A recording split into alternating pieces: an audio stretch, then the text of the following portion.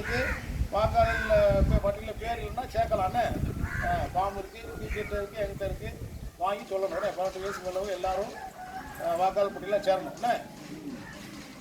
Teacher உறுதிமொழி இப்போ எல்லாரும் சொல்லுவாங்க. இன்னைக்கு வந்து என்னன்னா அதாவது தேசிய வாக்காளர் தினம். சரியா? அதனால இன்னைக்கு நம்ம வந்து ஒரு உறுதிமொழி. ஓகேவா? நான் உறுதிமொழி சொல்லுவேன், நீங்கள் என்ன செய்யணும் பின்னாடி. ஓகேவா? கை நீட்டா